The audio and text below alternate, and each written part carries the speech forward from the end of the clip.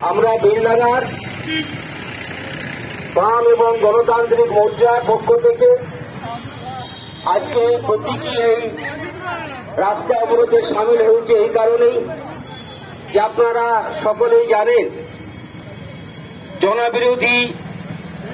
তিনটে কৃষি বিল বিজেপির নেতৃত্বে কেন্দ্র সরকার নিয়ে এসেছে এবং এই কৃষি বিল যাতে একেবারে বাতিল করা হয় তার জন্য সারা ভারতবর্ষের সমস্ত স্তরের কৃষক সমাজ দিল্লিকে অবরুদ্ধ করে রেখেছে।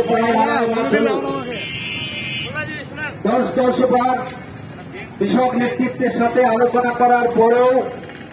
এখনো পর্যন্ত কেন্দ্রীয় সরকার এই কৃষি বিল প্রত্যাহার করার কোন রকম ধরনের সহানুভূতি এবং তাদের সিদ্ধান্ত গ্রহণ করেনি। বারে বারে কৃষকদের ভাবনা দেওয়া হচ্ছে। আপনারা সকলেই জানেন এই তিনটে কৃষি বিল সারা ভারতবর্ষের কৃষক সমাজের সামনে একটা এমন গর্ব আক্রমণ শুরু করেছে এবং আগামী দিনে